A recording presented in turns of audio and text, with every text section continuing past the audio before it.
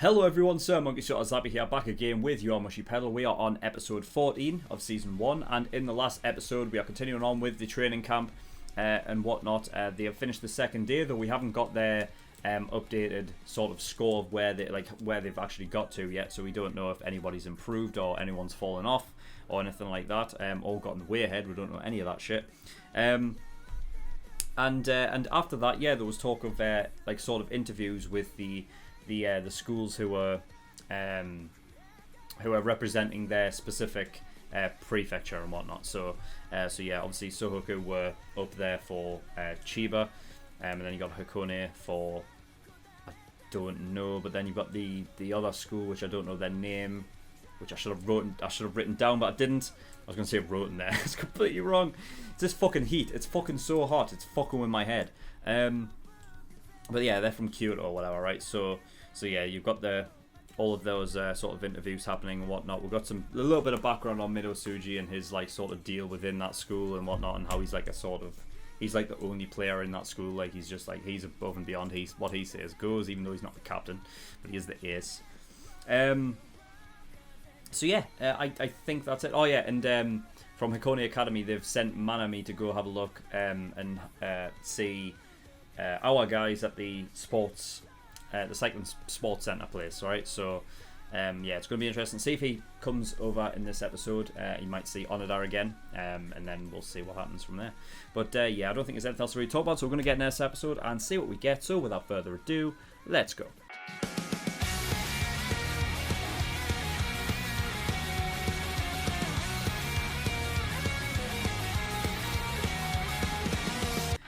Okay, episode 14.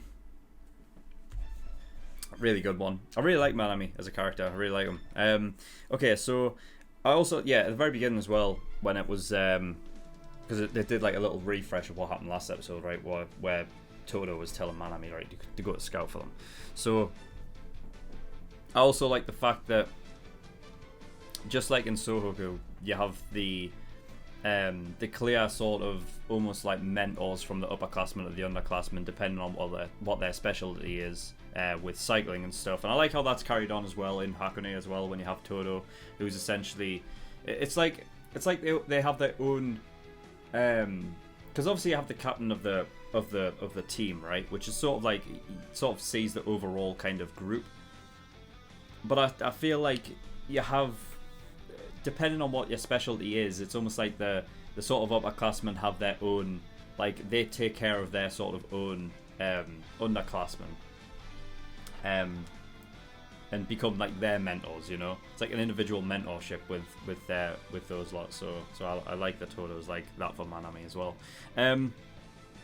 Yeah, I didn't talk about the opening song and the fucking end of last post discussion, so yeah, I mean, I did say it like in the reaction, but yeah, I really like that opening song. It's like something like really, really hype about it, which I really like, especially getting into like the stages of like where they have to sort of push and maybe into this. I don't know how long this is going to last, because like I said, I was surprised that only the first opening only lasted 12 episodes, so I don't know if this one's going to last only 12 episodes. I kind of hope not. I kind of want it to stick around for quite a while because it's good, but anyway, yeah, opening song's great. I love it. Much better than the first one, in my opinion. So yeah, I didn't write down what Onoda had said that he made it up to. I know that he needs to get 610 kilometers in the next 2 days though, so that's like 305 kilometers a day.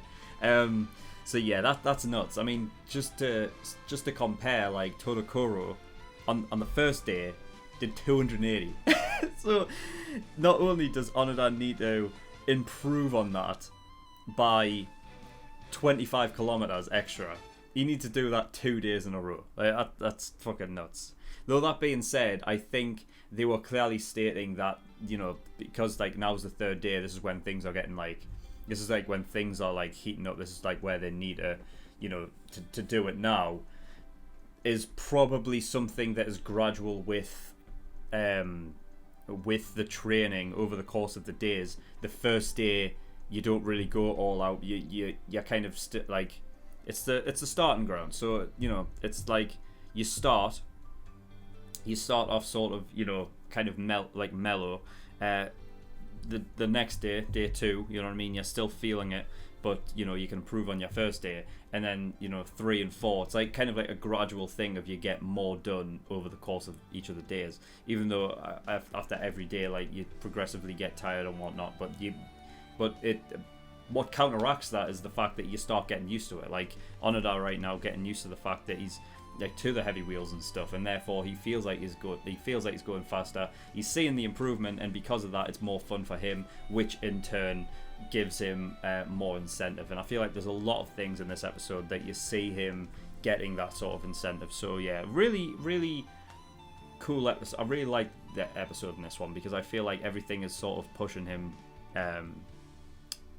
forward and getting him within reach of that goal and getting the 1,000 over the next, you know, and finishing at 1,000 at the end. So yeah, of course, yeah, like the thing about, like, it makes sense with him saying, like, you know, my laps are slower than everybody else's. It's not surprising because out of everyone, I don't know if the second years have had their bikes altered. I don't think they did.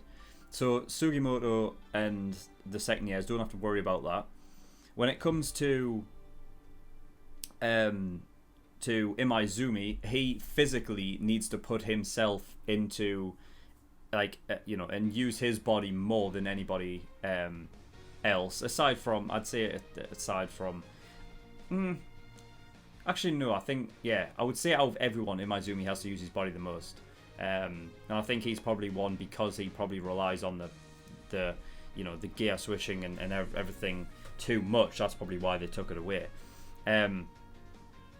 You know, so Imaizumi's got it rough as well. To be honest, Naruko doesn't actually have it all that bad. You know, from having his mountain bike, I guess, but he's just not allowed. He just can't sprint. So, you know, but aside from that, just having those taken off, it's not all that bad, you know.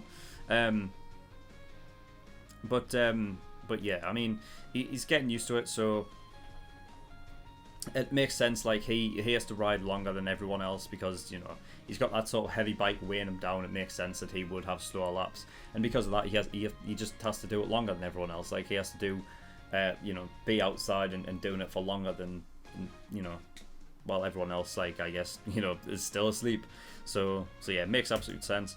And then obviously you see Manami up front, and it's like, you see, it's very slight, but enough to where, like, it's clearly obvious. Like, I don't know if there was, like, a visual change in the art. I might have been completely wrong.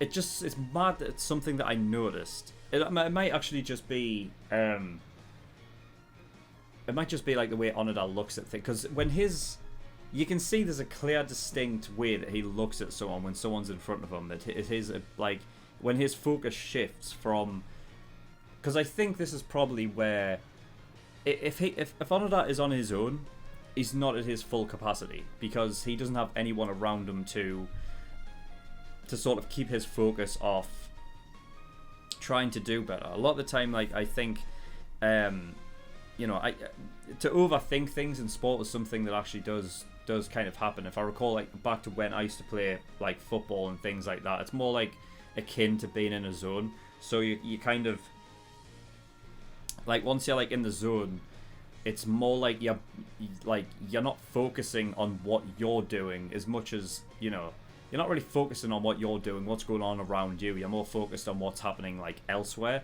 So when you see, like, his focus shift when he sees someone in front and he wants to keep up with them, and that's where his focus shifts. And because of that, his capacity for like, it just grows, and he starts doing better. You know what I mean? He starts going faster, and you know, it's because of that focus shift.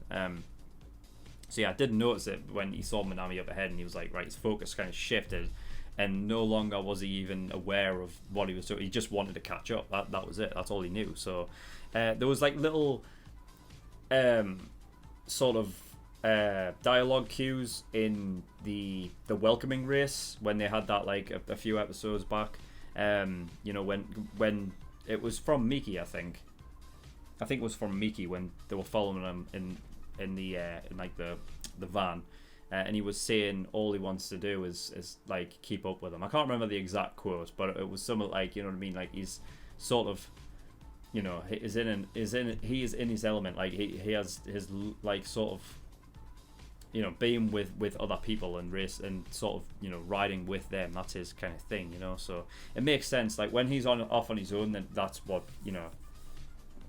It's kind of it's definitely interesting in a way because it's the opposite of Imaizumi, whereas Imaizumi wants to be in front, so there's nothing in front of him, whereas Onoda wants to be the opposite and have some, like, even though he doesn't know it, it's more like seeing someone ahead, kind of, you know, it's better for him being with people as opposed to like Imaizumi not seeing anyone ahead. That's what he likes. So yeah, of course Manami was sent up for scouting for information. I said that in the fucking last thing. He's like, he's going up there, he's going to find Onoda, because obviously Todo wanted him to go up and see Makishima, because Todo doesn't know anything about the first years or anything like that. So it's obviously like what was going to happen there. I knew as soon as he was sent up there, Manami would see Onoda. I did not think it was going to go the other way though, where Onoda would, like, Manami would never see Makishima, sorry. He would only see Onoda, and therefore they would end up getting mixed up. It was like, oh yeah, that's the interesting climber you were talking about. Even though Todo specifically said third year. Now I don't think Onoda never really specifically mentioned what year he was in, so I guess that does that kind of, you know. I mean, Manami is sort of focused when he wants to be, and he can be, like, he was perceptive as well. But, like, you know, I don't know if he was that perceptive enough to pick up on the fact that Todo actually said third year, and if that was something that would, you know, come back. I guess it's too late now, so we'll just have to wait and see. But yeah. And then, of course, using Manami as a sort of, as a way, of course, like, obviously Onoda wasn't using Manami, but in a sense of, like, us, like, knowing that, you know, if you're going around a track, and of course no one else is up yet, so he's just going around there on his own, he's got no one to battle against, you know. It's like this, like when they say, like, you know, if you have a rival, all right, someone that you want to beat as much as they want to beat you, then you push each other higher, right? You push each other to the next step, so you kind of go beyond, and your capacity to do that, like, you know, grows. So if you're on your own, you don't have that sort of that push in a way. But having Manami there, and like to have them, you know, have them race, it pushes Onoda further, and he can cover more ground. And this will be like the sort of the miles that he'll need if he's gonna get through this training camp and get to the 1,000 at the end of the day. So yeah, I like the fact that, you know, racing Manami's just another thing. It's like another motivation to push him further. And then at the end, after the race and whatnot, I love the fact that, you know, Manami, whilst realizing that first of all he's not wearing racing shoes, they don't clip on, they're just regular trainers, and that he has a heavy wheel on the back. Manami noticing, there was multiple things I took away from that. Like, he was like, he went back on this thing of like, I changed my mind, give me back the bottle, because, you know, he was only going to have it back if Onoda won. Now, there was multiple things I took away from that. One meaning, like, Manami probably thought that if he did have these racing shoes and he didn't have that heavy wheel, that he may have beat me, so therefore I would have had to taken it back, and there's that, you know. And then by extension of that, I don't know if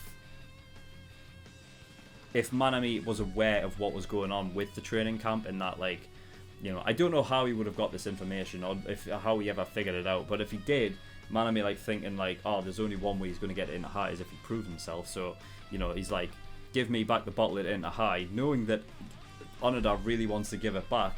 It gives him, again, even more incentive to push on and get the 1,000 kilometers at the end of the 4 days. So, you know, everything in this episode was pure just giving Onoda, like, that extra motivation to be able to do it, you know. So yeah, really good. The last thing as well is that I want to know is there I'm pretty sure, I'm positive I've asked this before, about there being a limit at Inter High and there only being 6 participants, because I wrote that down at the end because it was the second years that said at the end there, we're definitely going into high this year, us two, right? So it's setting up the fact, because I mean, because here's the thing: if everyone got to 1,000 kilometers at the end of the 4 days, does that mean he's taking everyone? You know what I mean? I mean, I remember when he was like, well, "I'm only taking 2," right?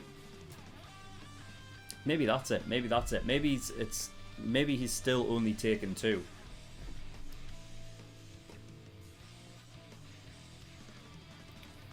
Well, if that's the case, Sugimoto isn't going then. He's just not, is he? Of everyone that he can take, I'll be so surprised if that happens. So yeah, I don't know if there is a limit or not. He's already got 3. Miro Suji seems to think that 6 is the right one. I can't. The quote. I remember him saying, like, in episode 30, he said something like 6 participants, because that's what you. He said, like, that's what you need for them to hire something.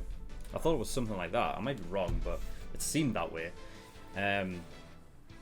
So I don't know. Let's have to wait and see.